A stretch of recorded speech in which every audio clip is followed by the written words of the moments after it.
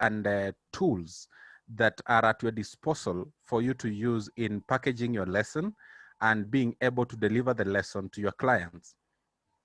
So as I share my screen, waiting for the rights from the host, I will just want maybe to emphasize on what my colleague Vida has talked about. We managed to go through the types of lesson formats that you need to know when preparing for your online class.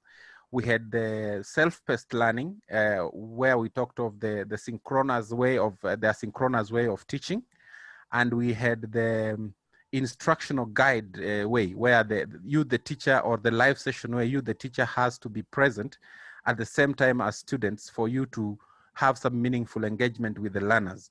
Whichever method that you prefer to use, it is good that you be aware of the techniques and the simple tools that we can use to ensure that lessons run very well and that you are comfortable with the technology that you are going to be using. So allow me to share my screen.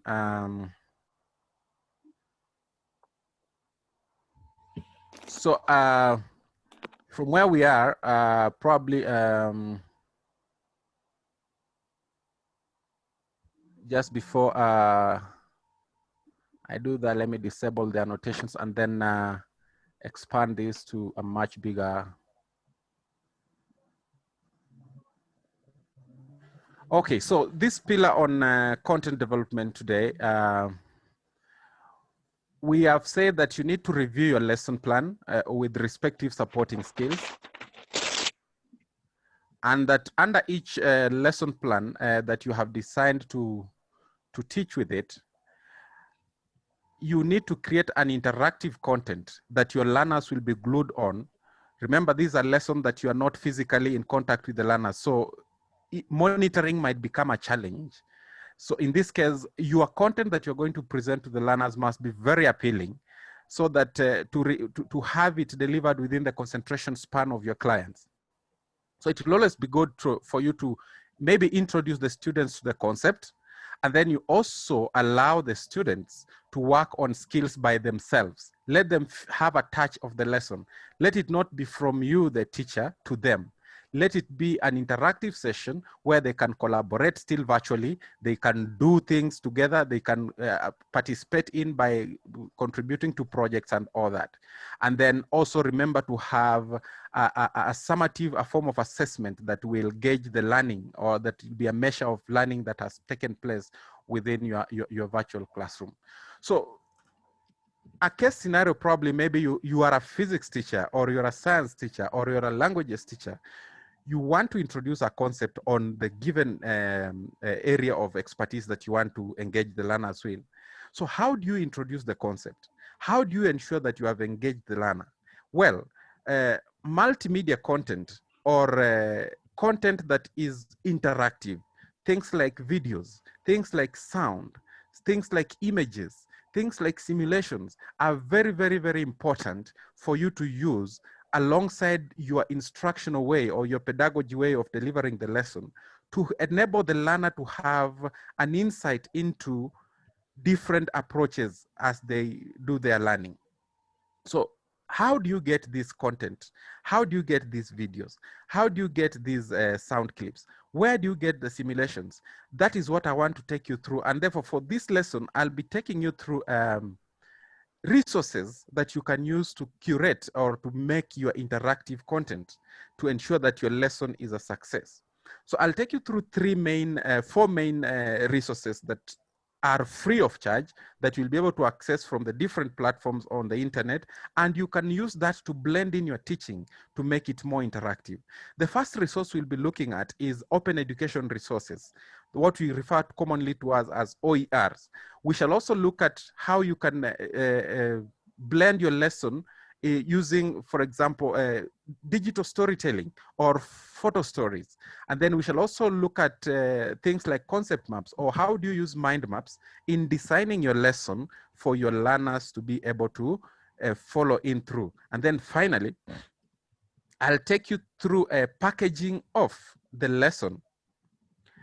Remember, we still go back to our formats of teaching when it comes to online teaching. Have you decided to go the instructional way as the live version, the live session way, like what I'm doing right now? Or you have decided to curate content that is going to enable self-learning? This is just a self-paced learning without the teacher being there in the actual classroom with the learners. So I'll take you through another software we refer to as the EXC software. This is free software that is very good in making content and being able to upload them in form of web pages so that you can save such content and use it later. You can also distribute the same content to different machines. You can save your lesson in a flash disk or a memory stick. And this is what we are looking as digital teachers and how we can be able to curate such content. So into the first resource that is at our disposal, what we call the open education resources. The term OER, or Open Education Resources, was first coined at the UNESCO's 2002 Forum on Open Courseware to refer to openly licensed texts, media, and other digital assets that are useful for teaching, learning, and assessing, as well as for research purposes. OERs reside in the public domain or are released under what we call an open license, or what we call a general public license, that permits no cost to access, use, adapt, and redistribute the content. And it has no limited restriction on it. Once you get such content, you are free to use. And like when we talked about last time when we were talking about copyright, when before you share content, you should be able to know the copyrights involved. So for open education resources, they do not have copyright issues as long as you are working within the framework that are designed for them to be used. So users of OERs are allowed to engage in any of the 5 activities, or the 5 R's activities, that are permitted by the use of an open license. The first activity that you can do to an open education resource when you get it, you can retain the right to make or own and control copies of the content. For example, you can download, you can duplicate, you can store, and you can also manage without any restrictions. You can reuse such contents from online.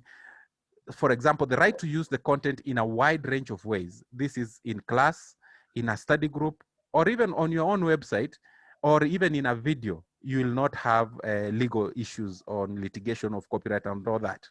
You can also revise this open education resource, meaning you have the right to adapt, adjust, or modify it, and or alter the content itself.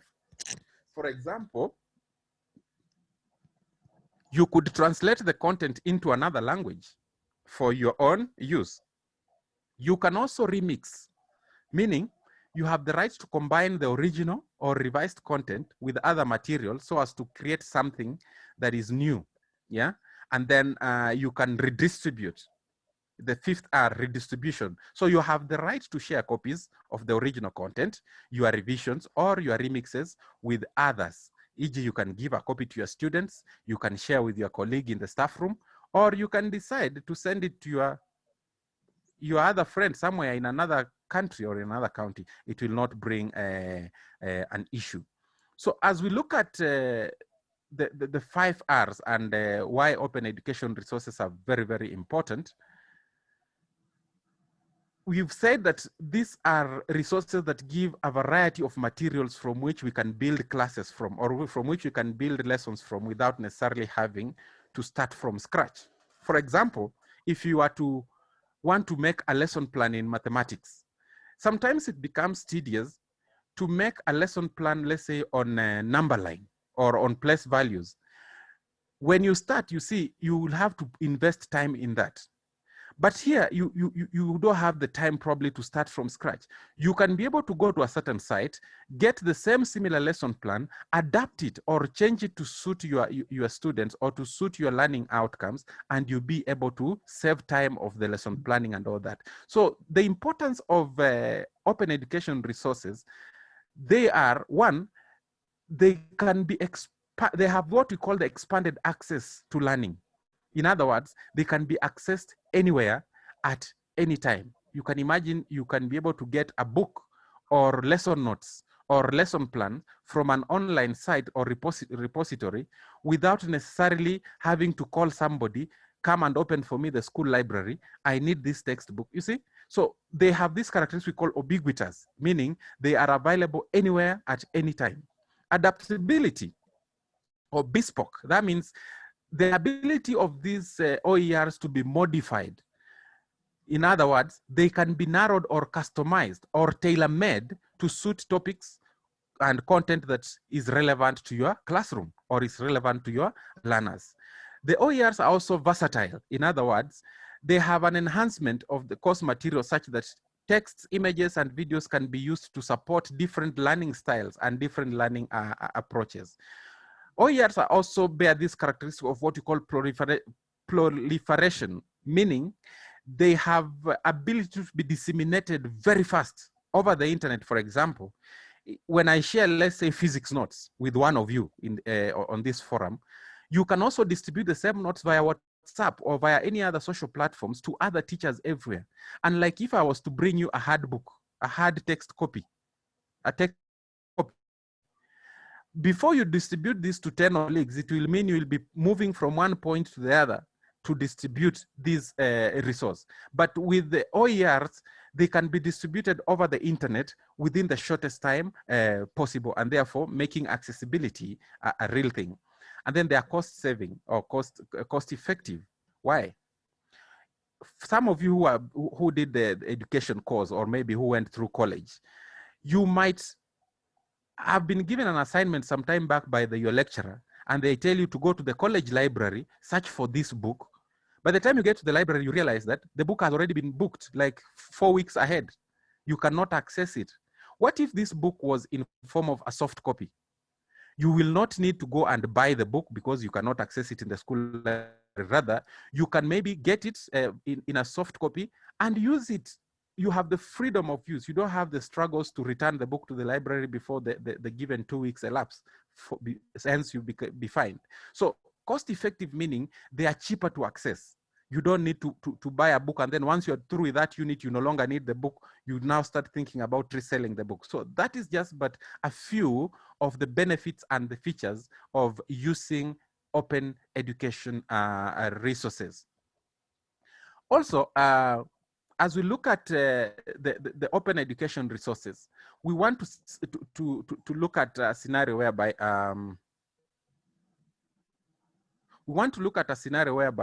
we have different sites that give us access to these resources. What are some of these sites that we can access these open education resources from? We have free online education resource sites that I want us to open this link so that we can I'll just take you through roughly for those who are interested in getting resources for free that you can use to develop your content. So as we open up this Word document, remember I've said, for those who are joining us right now, the first resource we need to develop a good interactive lesson online is having access to open educational resources. These are resources that are free to use and do not have any legal issues binding them. So you can share, you can modify, you can redistribute, whatever you want to do with them, it's up to you. So, so these sites give us a well cut out areas where we can get our resources from different subjects that you teach. So we have a site we call Test India. We have their website there. It mainly deals with language and literacy, and it also have English, mathematics, and science. They have resources for English, literature, mathematics, and science. It targets teachers, educators, and school leaders. So this site is able to give programs that are designed to support teachers and educators, and so that you can have approaches that are more participatory in learning or designing your lesson. You'll find about 125 units of work that is linked to school curriculum. You could also get resources on, you could also get resources that like videos, units, and all that for your use. So at the end of the day, such a site is very, very important. Then there's still TESA. TESA is not the same as TES. We have TES India and we have TESA. still providing resources in mathematics, science, social studies, life skills, and targeting teachers and all that. Remember, these are resources that you can all access for free. We have other resources, Wings to Fly, our homegrown here, that is really coming out very well. Wings to Fly by Equity Foundation and MasterCard, they provide resources in all the subjects. All these subjects that you'll want to get, let me just remove this sidebar, it's messing up. Yeah, so Wings to Fly is a portal that provides resources for all the subjects, mainly for Kenya secondary schools and even primary, targeting teachers and their own students who can still access these materials. We have video tutorials, we have interactive digital science practicals, revision textbooks, encyclopedias, as well as past KCSE exams. All this gives you a repository of very rich content that you can get it and adapt it to your lesson. We have other sites like African Virtual University and so many others. So these are resources that I'll be able to share with you through the email so that you take time to go through it and get acclimatized on where do I get my resources if I want to make a very good lesson that I can use to teach or to promote the 21st century skills in my learners. All this, maybe I could mention something about mindset. Mindset, we even encounter it on our TV channels. Those people who are using multi-choice products, you find that you'll have that a channel there, Mindset. It gives very interactive and educative content for learners of different ages. If you still do not subscribe to such multi-choice and all that, you can still get these on their YouTube channel. The URL is given there, and it has quite a number of subjects that each and every one of you should be able to get at least something that you can use in your classroom. To more specific subject-oriented websites that give you resources. For science websites, you will get quite a number of other OER sites here. We have the BBC Education, we have the Discovery Education, we have the Orbit, we have the Campus for Math and Science, and probably what I like most about these subject-specific sites for OERs, you don't need to go into a cloud and try to search content on mathematics mixed up with social studies, mixed up with physics and all that. For subject-specific OERs, you can go directly to the site, get your concept maybe in science, physics, or whatever you want to do, and there you are. You'll be able to access this. Probably I could show you something on what I use mostly, for example, in a site that we call the FET education, or what we call the Physics Education Technology project. This is a site that gives me a lot of access to different abstract videos. I hope my screen is able to be visible to you guys there. So I can get any a simulation is simply a smaller version or a model that mimics the real world system. For example, if I'm teaching radioactivity in physics, or I'm teaching the nuclear reactor in chemistry, nuclear fission and all that, Kenya does not have a nuclear reactor where I can take my students for an excursion. I can simply come here and look for that content that has been simulated for me. And then I bring the nuclear reactor from Japan or the nuclear reactor from Ukraine into my classroom in Kiambu without necessarily spending a single coin, apart from maybe the data, to go and look at how a nuclear reactor works. So these are just but a few simulations of what open education resources can do. For example, maybe just to click on one, refraction, bending of light. If I click on this one, I want you to see what happens. I do not have this apparatus to teach this science concept on refraction of light or bending of light, but I can play it here for my students in my lesson to be able to get to know how refraction takes place. How does light bend from one medium to another? There, we have it. So bending of light, yeah. They can be able to see that, a brief introduction there. We have a torch or a source of light. So I'll click on wave. Then we have one material, which is air. I can select which material I want to be, glass, water, or that, but I'll take air. Then I take water. So when I project this light, you see how refraction takes place? You tell students, this incident ray undergoes bending at the interface of air and water. Did I have to go to a physics lab to teach this? This is the power of open educational resources, ladies and gentlemen. We need to purpose to know that open education resources are real for us.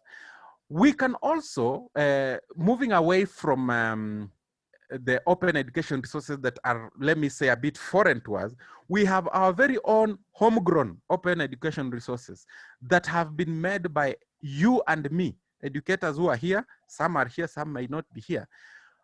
Such a site like Global eSchools and Community Initiative, JESI, that has been running a pilot program in the country since 2017, has come up with a very rich repository, content that has been created by our own very own Kenyan teachers who understand the curriculum dynamics, and they were able to narrow down on what we call, or what we perceive as, hard to teach concepts in all the subjects, or hard to learn content in all the subjects, because they had to they had to do a survey from learners and from teachers to find out which concepts are challenging for teachers and learners. So I want to give an example. For example, a student repository. When a student goes to that site, they'll get these subjects mainly in STEAM. Yeah, we have English included in that word, STEM.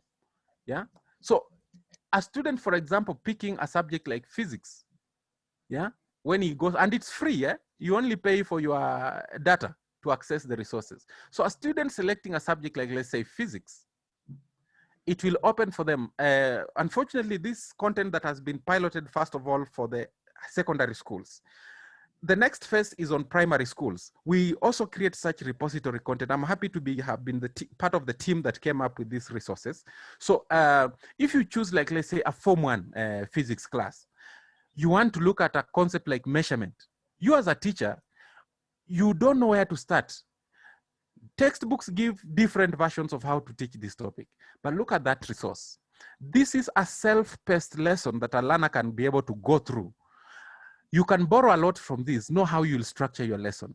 This is self-paced, and it's offline. It is not online, by the way. You can have this in an offline version. You don't need the internet. Once you save your lessons on a flash disk, you can distribute in the computer lab, and the learners can be able to go through the lessons at their own free time.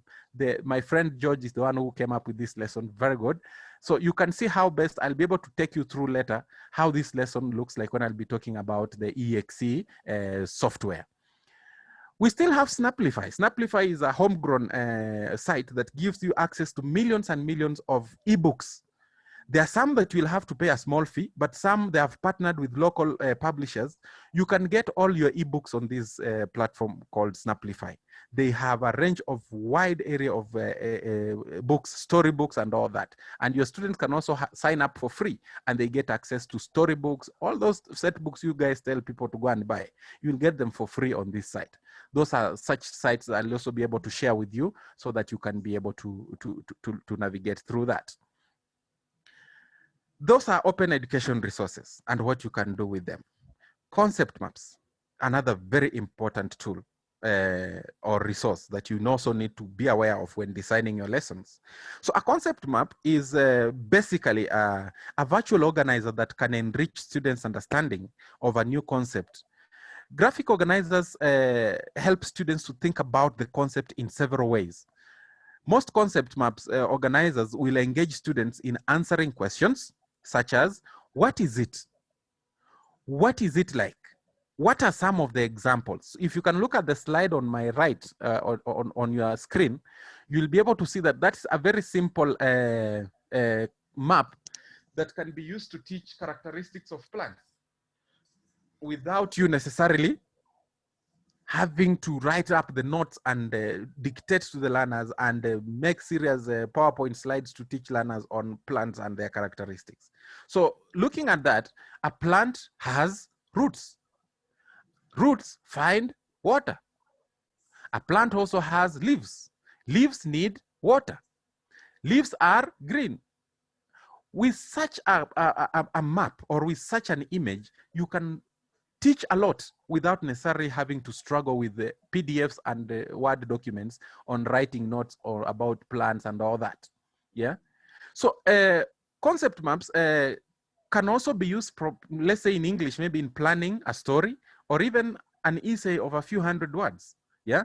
The elements of a concept map will always link ideas that are related and should be dealt with in a particular way. Concept maps are used to organize ideas into coherent structures so that a plan can be devised from it. So somebody is asking, how do I come up with such a resource? Do I need a software?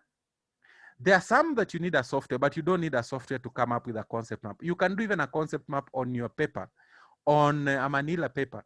These are things that we used to draw when we talk about teaching aid. It's a requirement for you to go to class with teaching aids, but technology has made it much easier for you. You don't need to be carrying sets of manila papers to go and draw, let's say, the digestive system of a cow, or maybe to be able to explain to students how food is swallowed and then digested in the human being. So with digital technology like Microsoft Word, what we are most used to, we can be able to design concept maps and come up with very good structures that are going to guide our learners. So I want to take you through a step that how you can come up with a simple concept map, maybe to talk about your subject area or a certain concept that you are needed to. But the most important thing for you before you draw, you start designing your concept map, you should be aware of the main idea. The main idea will always be at the center. You can see on your slide, what is the idea that you want to communicate to your learners? So from this idea, it should answer questions like where, when, how, who, why, that, what. So this when you have the main idea and from your lesson learning outcomes that you want to achieve, you should be able to come up with a very simple concept map. So the steps involved in creating a concept map, we can use either one, a Word document, or you can use a software that is there that has already been designed for you to be able to design a concept map. So I want to take you quickly through a simple way how you can use a Word document to create your concept map. I hope that is clear. This is just what I was trying to nibble around. So this is a Word. When you open your Microsoft Word or Office, you come up with a blank page like this. I can maybe delete that so that you can see how best we can start on that. So first of all, when you open your blank document like that, you will insert, let's say, a shape, right? So if you want to insert, let's say, a shape, you can start by inserting a new drawing canvas. It brings you that. That's our new drawing canvas. In the canvas, you can insert a shape of any size or shape. For example, your main idea, you want it to be here. So you just highlight that, and that brings in your main idea in your Microsoft Office Word. Your main idea here, you want maybe to talk about, let me use physics because I'm a specialist in physics. So you want to talk about physics as a science. So you will need to fill in this content, physics as a science. What content do you want to appear there? So you write physics. You want to have physics there. So you make it, you make that to be black. So physics. What do you want to know about physics? Maybe you want to know about branches of physics. So you can put another node there. We call these nodes, yeah? And then we'll have nodes that are related. So you can have multiple of them, put them that one there, copy another one, have that one there, copy another one, have that one there. So in all these, maybe you want to fill up, they have a different color. Let's talk of green. Your main idea node, you can give it a different color. You just go to fill, shape fill, and give it, let's say, blue. Or let's say that. So how do you link these nodes? You can link the nodes using arrows or lines, whichever you prefer. If you pick on that, this one goes there. You can repeat that. This one goes there.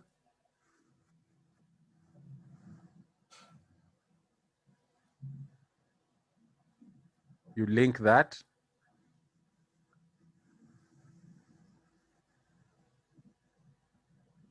You can link them that way. So at any given time, you can adjust your nodes depending on the size of the drawing canvas there. So you want to teach students on branches of physics. How is physics related to other subjects? All that, you can do it very well inside this. So maybe you talk of branches of physics inside here. Branches of physics. Then from this node, you can also have quite a number of other nodes that are coming out of it. Yeah.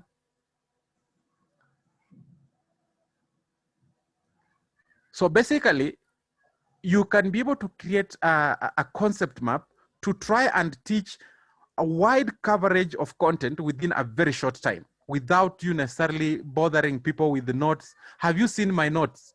I misplaced my notes in hard copy. Yeah? We use notes until they turn brown.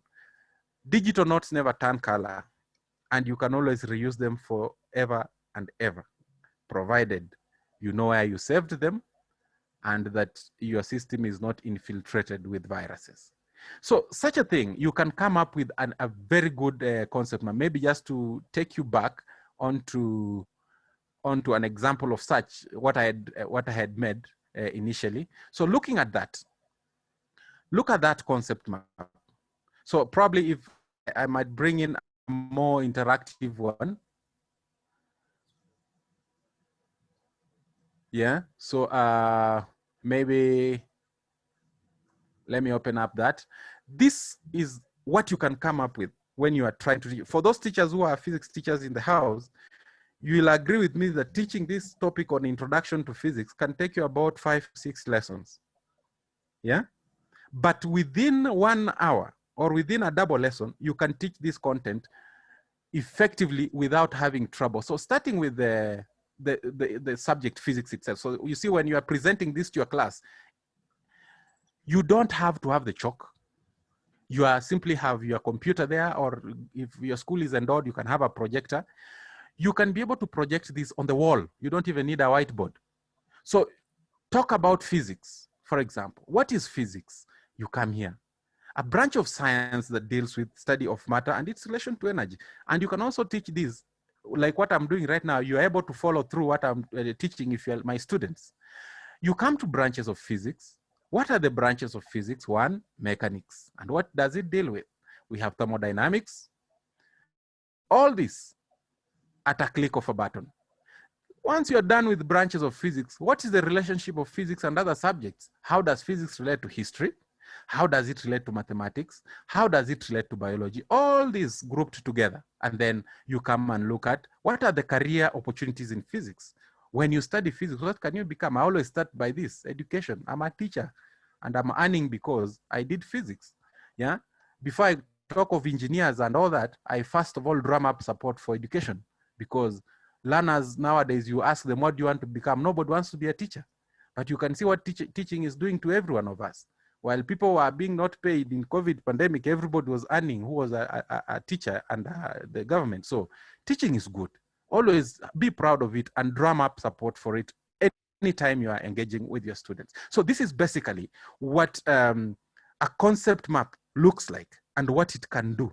You see what you can save when you are teaching your lesson digitally using such tools as concept maps. So I'll also be able to share with you such resources. This is the software version. If you are not comfortable with the Microsoft Office Word, this is an open source, what we call a free software. We call it Visual Understanding Environment. What you only need to do once you download it and install in your machine, you can always come here and select new. You want to make a new concept map, it gives you an open space. You select, your nodes are already pre-programmed for, so when you select on that, it will give you very many nodes. You see when I do that, yeah, I can select another one there, yeah, and be able to come up with different nodes. So I can be able to type in my nodes, whatever I want to make, if it is physics, if it is whatever I want to do in my nodes. So these are software that I wish every of you listening to me today and any other teacher in the country should have access to this. And the good thing about it, it is free. I'll share with you the links so that you can be able to go and download it and install it in your machines and start teaching digitally to avoid using the chalkboard and carrying brown notes in your classroom. So why do we need to use concept maps? Concept maps are especially very useful for students who have issues with hearing. So here, the hearing impaired students, if you use such for those students with special needs, they will follow your teaching very well. Yeah. So you make education inclusive, inclusivity for students with special needs. However, it is not only meant for those students. We have some other students who do not have any challenges with hearing, but they are not just good at listening, but they are good at seeing. After all, they say, seeing is believing, right? So these are very powerful strategy that we can use in our pedagogy or in our approach in teaching to help students see the bigger picture. Yeah, maybe by starting with higher level concepts. Concept maps can help both the teacher and the learner to chunk information based on meaningful connections. So apart from what I've just mentioned a few seconds ago, concept maps help children to organize new information, and therefore they help them to clarify structures and ideas. They can also help students to make meaningful connections between the main idea and other information. They are very easy to construct. You can agree with me.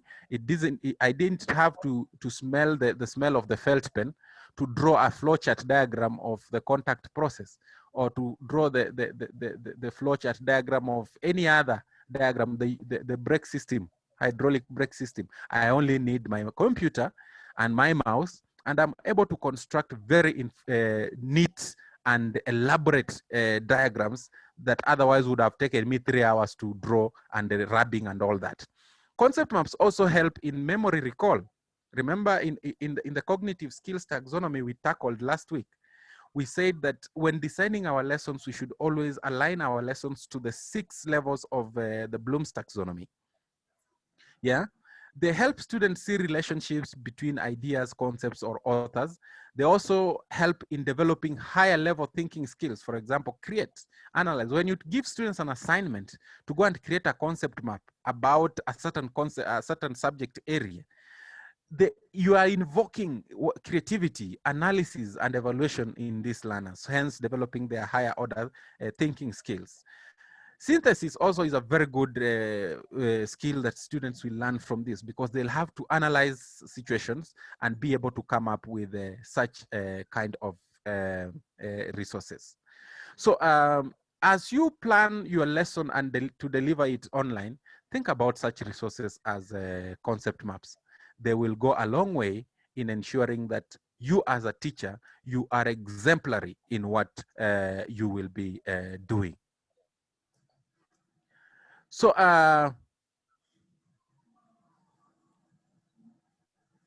having looked at concept maps, so somebody might be wondering, when do we use concept maps? Yes, I've designed my concept map. How can I incorporate a concept map in my class?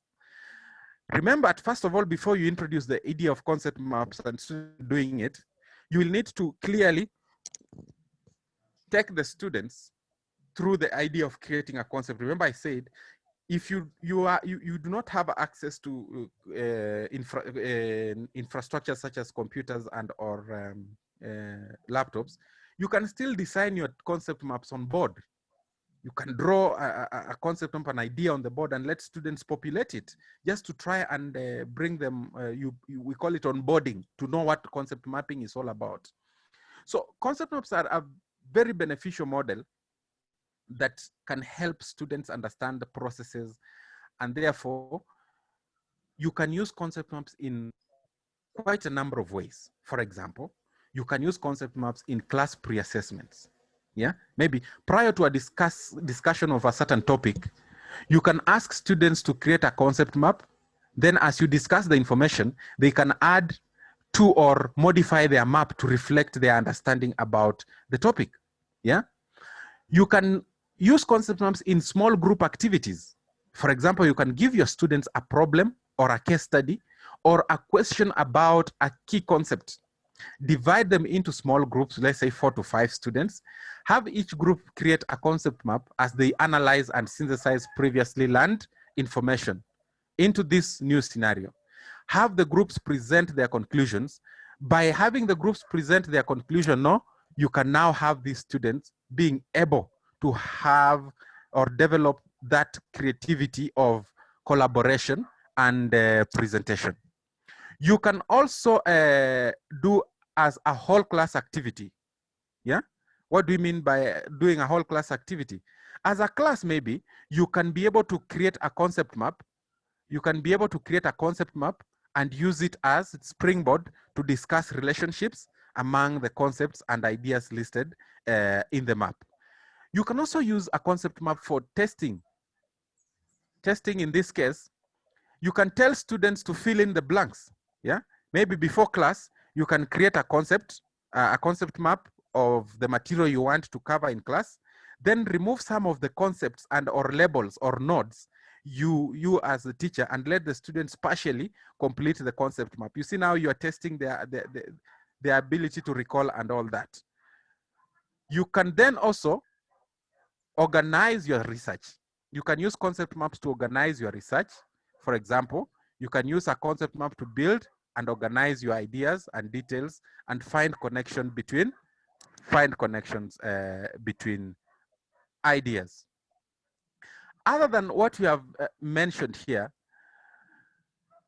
so we have looked at concept maps and we have looked at open education resources, yeah, as tools that are very good for use in our classroom. I want us also to look at another very important tool that comes in very handy to have to look at to design your lesson. Use of photo stories. Digital storytelling. What is digital storytelling all about? Yeah. So a digital storytelling part is very important in ensuring that students improve their recalling and or remembrance. Those of you who grew up in the 80s, early 70s, late 70s, 90s, towards the year 2000, all that, I know we are all adults here. There was a certain columnist in one of the dailies called Wahome Mutai. He used to be nicknamed the Whispers. People could buy a newspaper just to go and follow up on the story of this columnist under the Whispers. And therefore, what exactly was this going to? He was able to tell his stories using graphics, using digital images, right? The modern day kids have what we call this series of soccer we call the super strikers. You'll find kids glued on the TV just following up on these animated characters. But earlier on, we didn't have animated characters of this. They used to have it in print media. So you could follow that story on super strikers just by looking at the picture and how they have been able to play around with the graphics. And then, so when you're talking about digital photo stories, what are they and what are they used for? So digital storytelling basically means using technology to tell a story.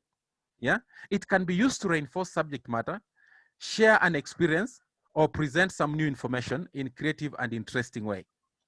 Digital stories create space for students to pursue topics about which they are passionate, grows their learning around assigned topics, and showcases their learning for peers, teachers, and audiences beyond the schoolhouse. So all of these are able to interact with the storyteller. We have digital stories that can be used as a presentation tool. Yeah, this means it will appeal to the diverse learning styles of a student. So you can imagine a student teaching a certain concept using a digital story. Yeah, you're teaching a certain process, you're using graphics. Digital storytelling can also capitalize on students' creative talents and allow their work to be published on the internet. Yeah. So so what steps can you use, or what tips do you need to create a photo story? Yeah. What tips do you need to create a photo story? You will need tips like identifying ideas. So what is your main idea that you want to make the story about? Yeah.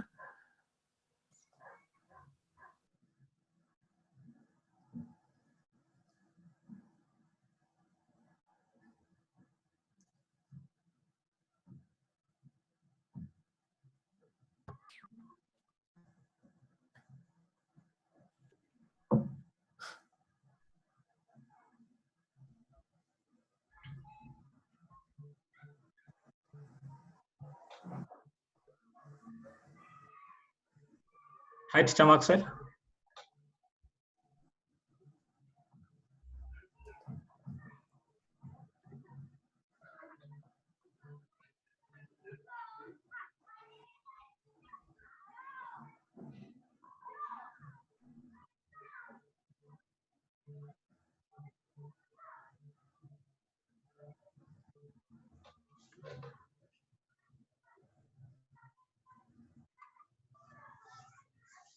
Teacher Maxwell, we've lost you.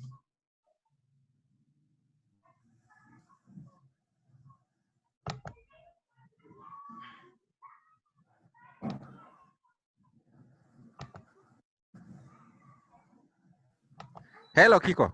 Hi. Now we can hear you, Teacher Maxwell. I think you muted me. Sorry for that. Yeah. It's okay. It's okay. Yeah. So I'll retake that again. So what tips do you need when creating a photo story? Yeah. So the following steps will guide you in coming up with a very good photo story. We have the first tip: you should be able to identify your main idea along which you want to develop your photo story about. So what is the main idea that you want your story to tell? Yeah. Then you will need to design a plan or a scenario so that you are now planning the what, the how, the when, the where, the who, and the why factors in your digital story. You'll also need to go ahead and plan on how to collect the data. In this case, for you to create a photo story, you need images. Yeah, you need narrative voice. For example, if you want to voice your slides, you can create a very good digital story using PowerPoint slides. You need to narrate. You need to find a good narrator or yourself to make up that. You might also need maybe some background music for you to make a good, appealing digital photo story. You can also develop the digital story. Now, developing the digital story, I'll be able to take you through that quickly, how you can come up with a good digital story. Then you share, and then once you've done your digital story, you can then be able to share that. So what can we use to create a digital story? Most of the questions people fear about technology: am I empowered, or do I have the tools required for me to create that technological concept that I want to?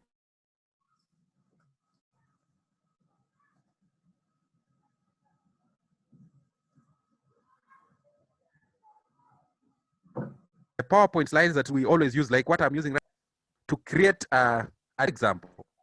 Allow me to take you through one.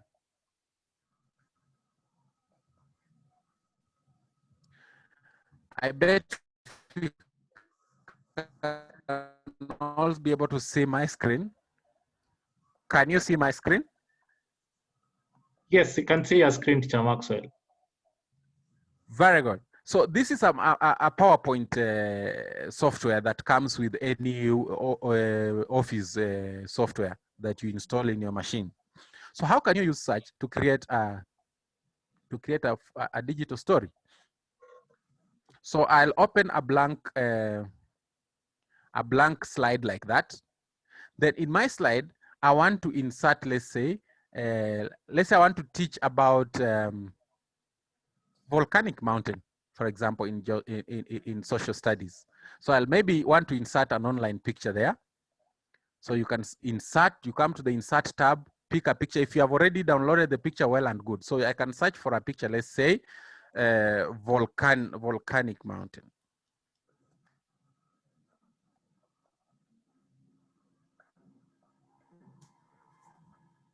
Yeah. So once you pick on, let's say, such a picture, you insert.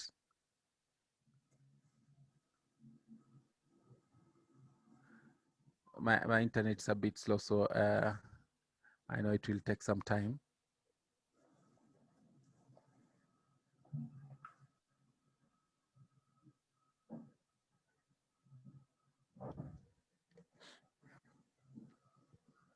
So remember, these are tools that you have at your disposal. You don't need to buy anything new from what you have. So it's just knowing how to use such. It tells me there's an error. Probably I'll redo that.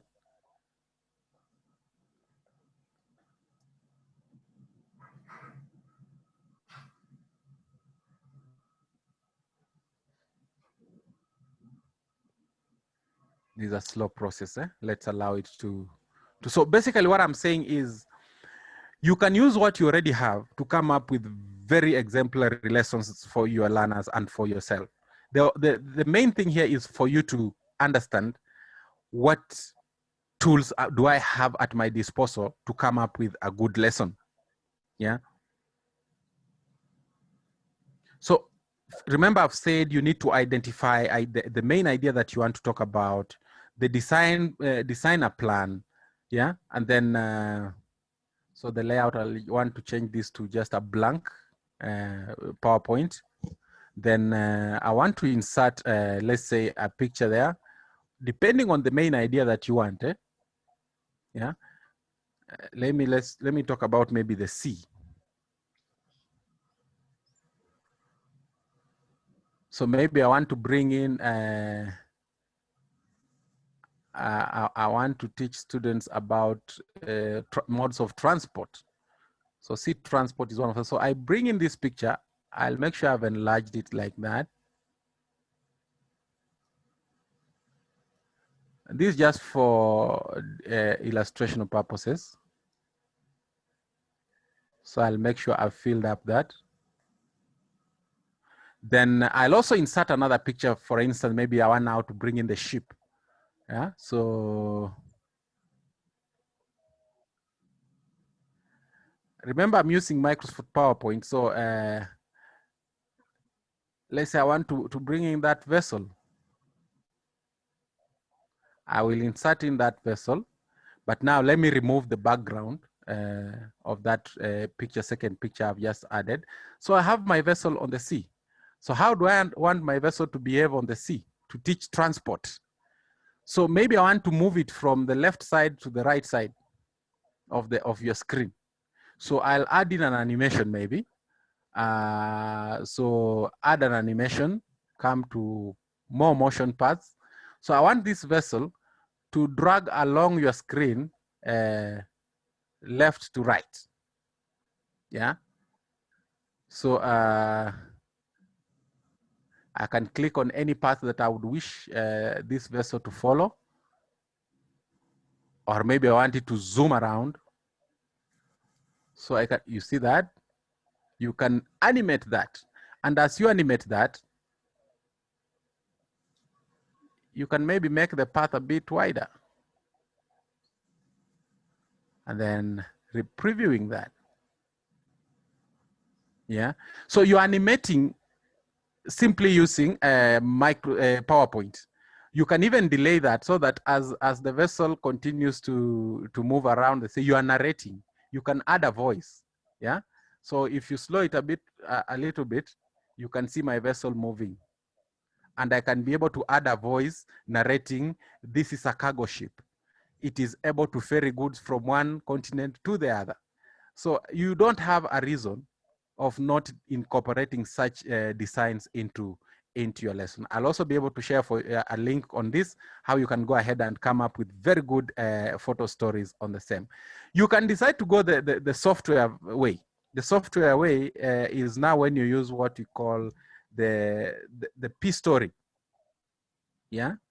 So creating a photo story, there are softwares that are also open source or free that you can download. For example, the Windows, the Microsoft Windows comes with, you can download this from their site, what you call the Photo Story 3 for Windows.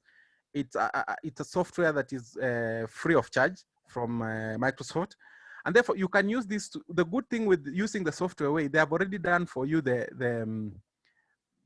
the donkey work of animating and doing all that. All what you need to do is bring in your photos, narrate, put in some music, and you're good to go. Yeah. So how do we use a digital photo story? I want to see if I can get that software on my desktop. Digital photo story. Photo Story 3 for Windows. Very good. So I can open that, or maybe I can take you through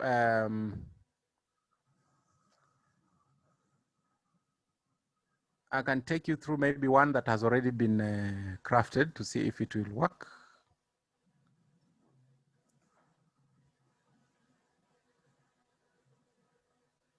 So that is how the software looks when you open it. You can be able to add, you can import pictures to add on this. So these are all pictures. This is just what I was trying to play around with as a transformational teacher, creating a photo story that I can be able to tell people about myself.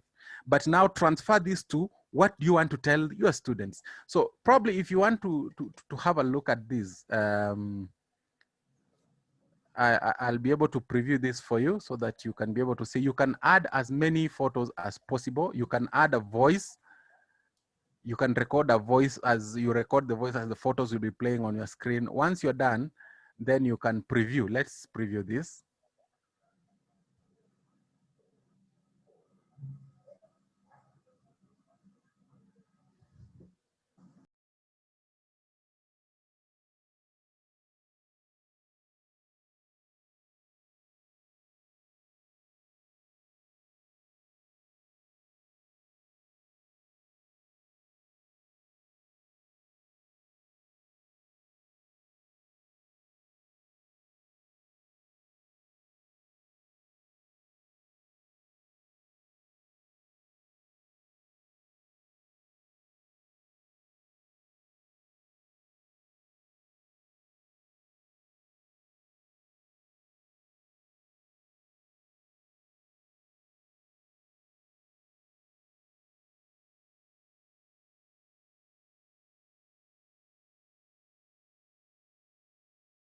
Life's not fair, and this is how it feels.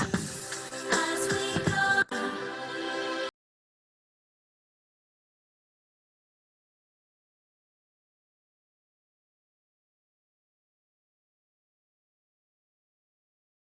Can come up with a very good photo story, but this time you make sure you are communicating something to your learners. These are software that you can use. It's free of charge. I'll give the links again for you guys to go download it, go in there, learn something out of it. They say practice makes perfect. You have to learn, but if you still have challenges, you can always get back to me. I'll be able to take you through it now exclusively for photo story. And then if also you want exclusive for concept mapping, I can be able to do that at an opportune time. So that is the Photo Story 3, a free software in Microsoft Windows. You can get it for free. You don't need to pay anybody. You don't need to go to those cybers and they charge you 1,000 shillings for open source software to use in your classroom. So this is it, guys. You need to learn on how to adapt your learning to now modern approaches. Leave alone those days you used to walk in class with a meter rule and a piece of chalk and a duster. You've carried as if you're going to a mjengo somewhere. Get into your class with a tablet, get into your class with a laptop, get into your class with a phone and teach from there, and learners will enjoy the lesson. So how then do you go ahead to package your lesson? You have included the concept maps, you've included the open education resources, you have used the photo story. You want now to present the lesson to your learners. The most common way is like what I'm doing right now. You can use presentation slides. Most commonly used presentation slides, you have the Google slides and you have the Microsoft PowerPoint slides.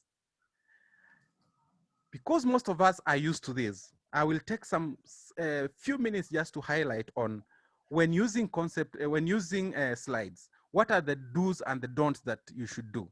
Now, slides frequently will always serve as the foundation of your lesson plans and or your lectures. They can either complement or confuse the teacher. If you don't design your slides very well, you will reach somewhere in the middle of the lesson and then you get confused and no learning will take place. That happens when especially people who get PowerPoint slides from another presenter and try to use it in their class without knowing how they were designed or how to go through it, without having prior preview of the slides before using them in your classroom. So you need to take some time to think about the design and the structure of your slide presentation. It is very important. It will pay off at one point. Remember, your teaching style or maybe your classroom may dictate the way and the frequency with which you use slides, but always focus on simple slide designs. They always say less is usually more. So the following principles might guide you in designing great slides for your teaching. The slide use. How do you use your slides? Important to convey visual ideas, graphs, and tables. Slides that have more graphics are more appealing than slides have pure writing. Those people who transfer the entire textbook to a PowerPoint slide, it is very boring. You don't need to transfer the entire word-to-word document into the slide just to make your work easier. You don't want to carry a text. Be creative, be innovative, summarize your notes, right? Summarize your facts and all the readings that you are going to present onto your slides. And then it's always also good to have engaging questions in your slides to give students a breather to discuss about, to brainstorm about certain ideas or questions. Very important. When you look at such a slide on the screen, I've basically used 4 statements with the 2 graphics. The first statement, what is array? 3 words or 4 words, yeah? And definition of what array is. And I've given a graphic there to invoke that pictorial image of rays in the learner. Yeah. What is a beam? If you are to teach this concept without these graphics, the learners will start talking about beam balance and all that. But when you have a picture there, they can tell, I saw this yesterday during sunset or sunrise. You see, you are invoking that attention. You are invoking that wanting to know more from the learner. So with graphics well placed, you are good to go. Your slide design should also be very good. What do I mean by slide design? Slides always obey the 6x6 rule. What do I mean by 6x? Your slide should not have more than 6 bullets of statements. And it is in each bullet of the statement, it should not have more than 6 words. For example, my first bullet, what is light? 3 words. My second bullet, light travels in a straight line. 1, 2, 3, 4, 5, 6 maximum statements per slide. Also ensure that your slides words have large fonts that are visible to your clients. And then use images that support or illustrate ideas in your slides. Yes, they always say when you use graphics, they bring out the aesthetic value of your presentation.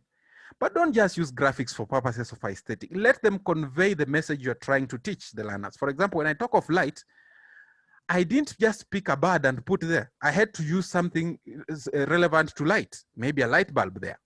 If I talk of light traveling in a straight line, I have to use that graphic showing an experiment on rectilinear propagation of light.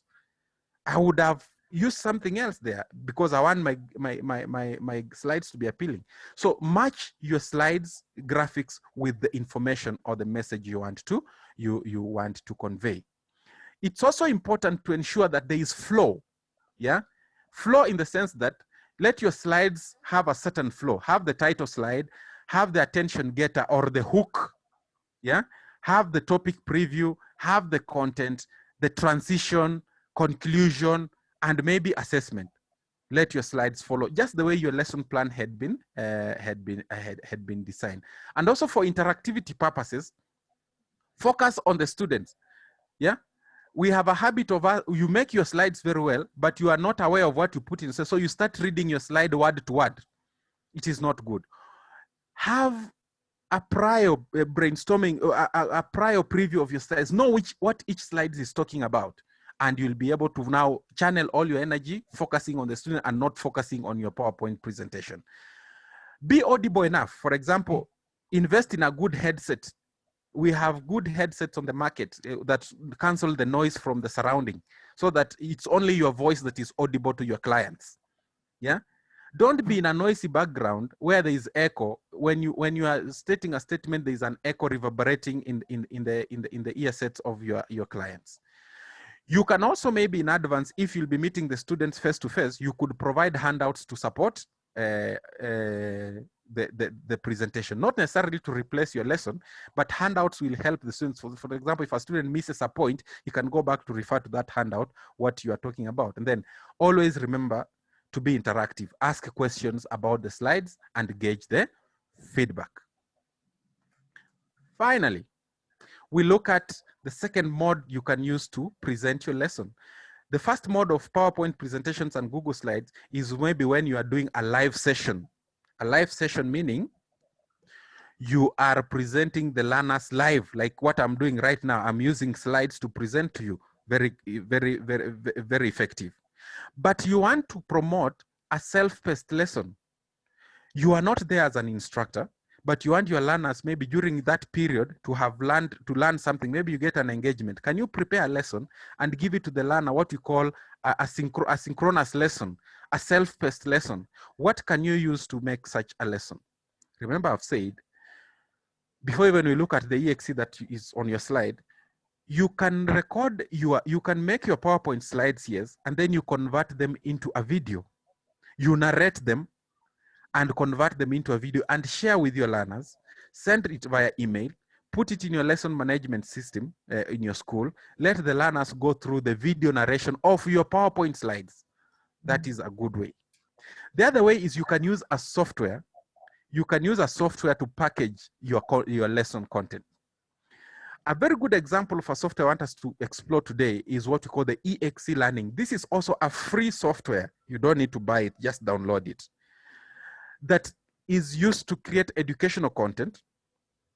It comes under what we call the general public license, or what I talked about, the open education resource license. It's open to the public and it can be used to create educational interactive web contents. It can generate interactive contents in form of XHTML or HTML5 formats for those people who are conversant with the web development languages. And it allows you to create easily navigable web pages, including texts, images, interactive activities, image galleries, or even multimedia clips.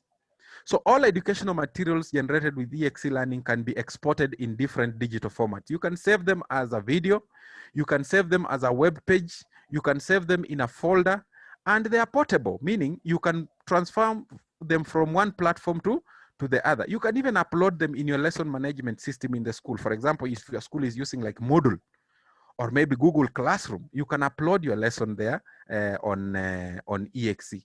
So how does an EXE software looks like, and how can you use it to be able to generate your lesson? So an EXE software basically is something that looks like, I want to open an already created lesson. Again, these are lessons that were created by teachers here in Kenya, so they are more homegrown and not foreign. So you can be able to go through it. For example, I had initially in the beginning of the training, the webinar, I was able to share with you a lesson on measurement. This has been generated using this software we are calling EXE. And you can access this lesson offline. You don't need the internet to access it. I can copy for you in a flash and you go use it. But for now, because we came in as a pool of teachers under the Global eSchools and Community Initiative to generate content, basically for high school first, then we'll do the primary section in phase 2. All the secondary teachers, you have all these open educational resources you can access for free on the Global eSchools and Community Initiatives website. I'll share with you the links so that you go and get those resources. Students too can access them for free. You will find you can adapt them to your own use. You can modify them when you wish to add a few things or to remove a few things. But look at such a lesson. Yeah. You can navigate. These are student navigating. I'm assuming I'm a student. I'm on the student side. So a student gets such a resource. He can be able to go to physics from one topic to measurements. Okay. What is there? I can go to the author of the content. This is my very good friend, George, who authored this in 2019, Introduction to Measurements. The student can even use these arrows to navigate back and forth. So look at how the layout of this lesson is. The teacher is not supposed to be there. These are lessons you designed. You had an engagement hooked up in a meeting, maybe departmental meeting, and your class is going unattended. Why don't you give them this? Take them to the computer lab or give them with a projector for them to navigate for themselves to go through the lesson on measurements. So you are communicating to them the objectives of the lesson. Look at how the objectives are stated. By the end of the lesson, first persona, you should be able to. It is not that the students should be able, passive, no, it's active. You should be able to, as a student, because the student interacting with the content, define SI unit of measurement, state basic and derived units of physics and all that. So the student can be able to navigate through such a content. Look at the multimedia I'm using, the open educational resource that is being used here. You're introducing the concept. You remember in the 4A plan, in the 4A lesson plan, where the first thing was assess prior knowledge of the students before you teach that concept. This is measurement. You want to know, do these students know what measurement is? So you give them such a video, right? Take a look at this video clip and consider what kind of measurement were conducted or considered during the race. Yeah, so this is Usain Bolt breaking the world record. What kind of measurement do you think was being indicated here? Was it distance, time, or what? So students will already start brainstorming, kumbe measurement ni kitu najua. This is something I've been interacting with every day. So this is how you package your lesson to ensure that your student get a hang on it. So you can now start giving some descriptions on that now after you have assessed their prior knowledge and all that. And at the end of the lesson, let me dash to lesson quiz. At the end of the lesson, you're also assessing whether learning has taken place. So what is SI unit of length? The good thing with such a software, you are not required to tell the prefect, I need those books on Friday at 10 a.m. in my office. Fail to bring your book and see fire. That's what teachers always tell students, yeah? This one, the student can assess whether he got it right or wrong in real time.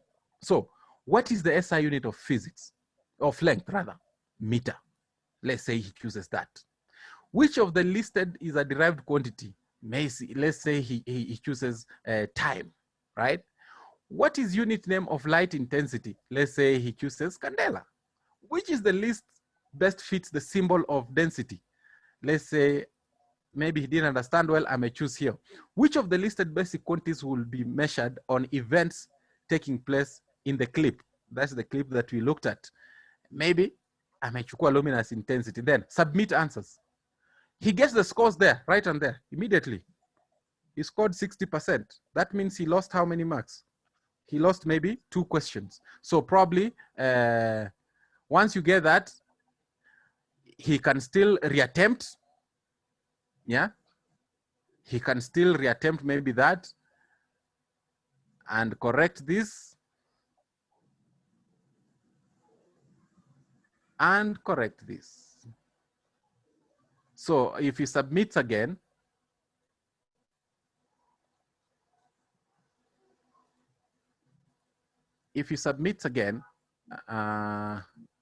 maybe he'll be able to get a full mark.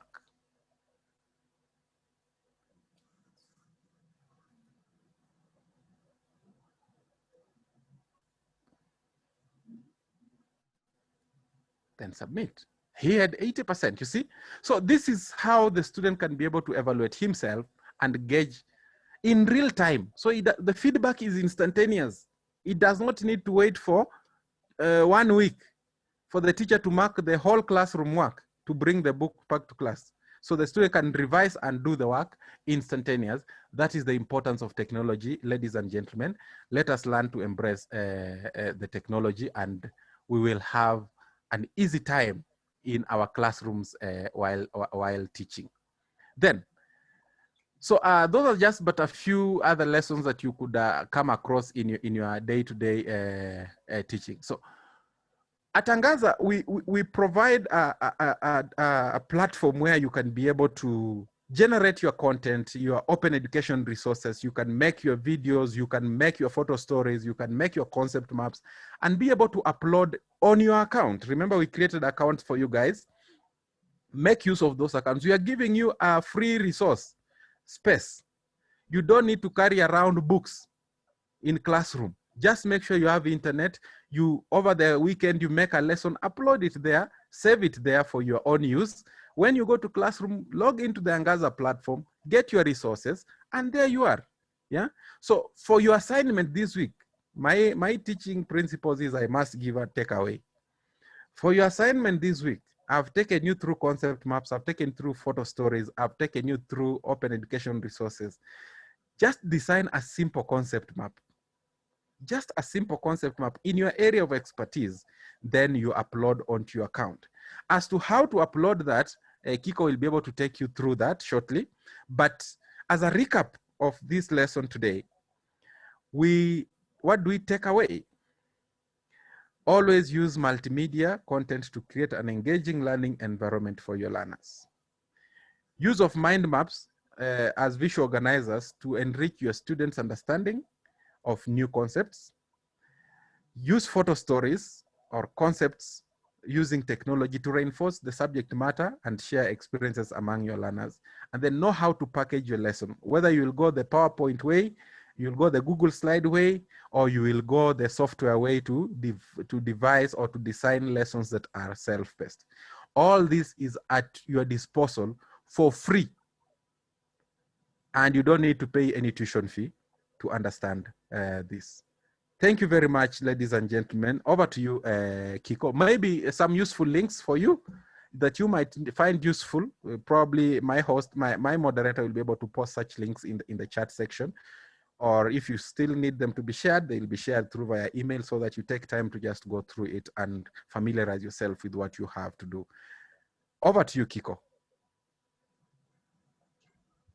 Thank you so much, Teacher Maxwell, for that. So quickly, I'll just walk you through how to upload the content that you've created. So I'll just quickly share my screen. And yeah, so if for example, you've not received your account, then please just let us know in the chat and we'll be able to share an account with you. So for the materials that Teacher Maxwell has taught you on how to prepare, so once you've prepared those materials, then into your account, you're able to, okay, let me just a minute.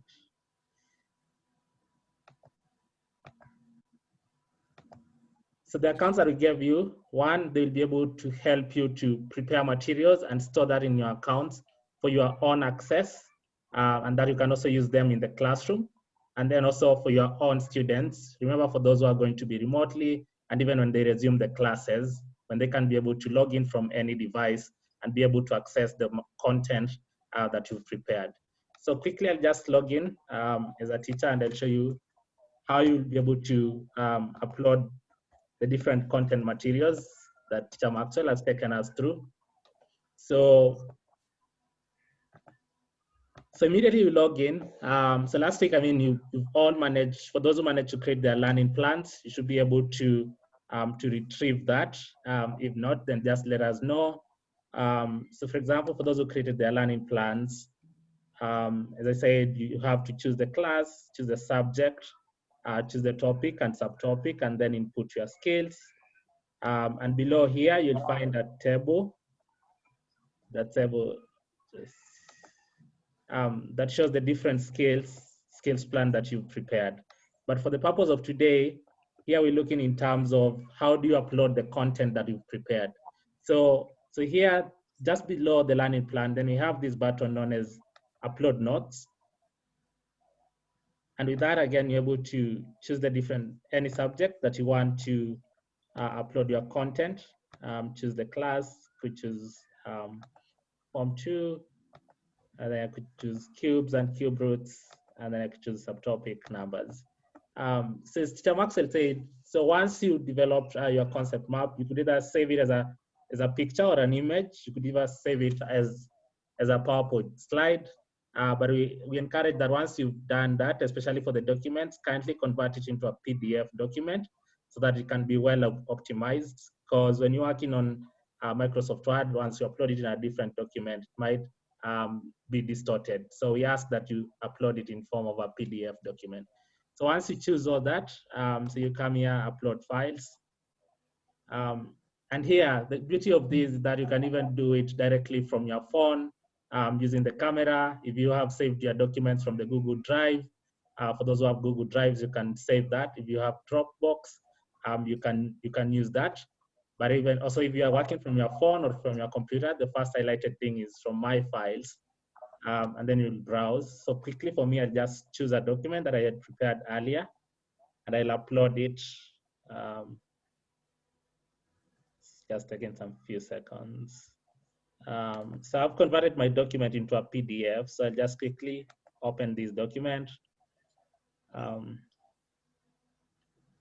then very quickly gives a notification. Once it's on screen, then it's definitely uploaded.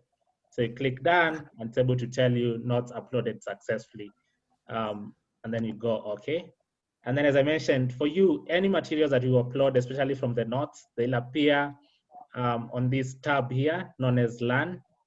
So if you click Learn, we just want to go and confirm whatever we uploaded went there. So, and then you have your subjects, the different subjects listed here. Similarly, the students will be able to view these. So for example, I'll choose maths, and you have the different classes. It's for high school. So I chose Form 2, and the different topics will be listed here, cubes and cube roots. So on this first note, so at Angaza, we also prepare content for schools and for students. So we usually upload content here, but for you, the teacher, all your materials come in this tab known as Teacher's Notes. So if you click Teacher's Notes, the document that I was able to upload comes there as a PDF table, and students you can retrieve these, and also your students can retrieve that. So just as a recap, so this button allows you to post, this upload button allows you to post as many different as documents, images, videos. We're also working to see that you can get links from either YouTube or content that you prepared in form of YouTube, and you can upload them as files once you have them downloaded. And the beauty of this is that it doesn't limit any size, so you can upload as huge documents as possible on this platform. So as Teacher Maxwell said, the content that you're going to prepare for the concept map, then once you're done, just quickly click upload notes, query these, and choose upload files from where you have saved it. Should be able to direct you, and you'll be able to upload it for your retrieval and even for your students to view that. So that's for it, for the uploading the notes. And we'll be able, if you don't have an account, as I just said, we'll be able to please get in touch with us, and we'll be able to create your account. So thank you so much. And quickly, I think we could just hand over to Vida to finalize the session, and then maybe we could pick a few questions. Thanks, Kiko and Teacher Maxwell for the presentation. At this point, we are going to allow you to ask some questions. So I could see some hands up just at the beginning of the training. So maybe you could raise your hands, or we could unmute you after raising your hand, or I can pick questions from the chat section. So if you have any questions, feel free.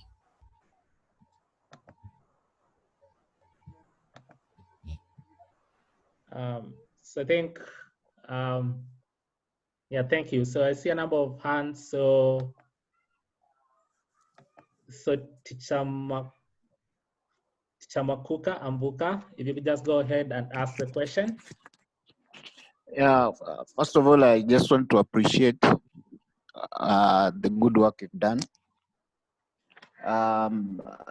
when you're explaining, I really wanted you to come out clearly on the word where you're creating the what are you calling it? The concept maps.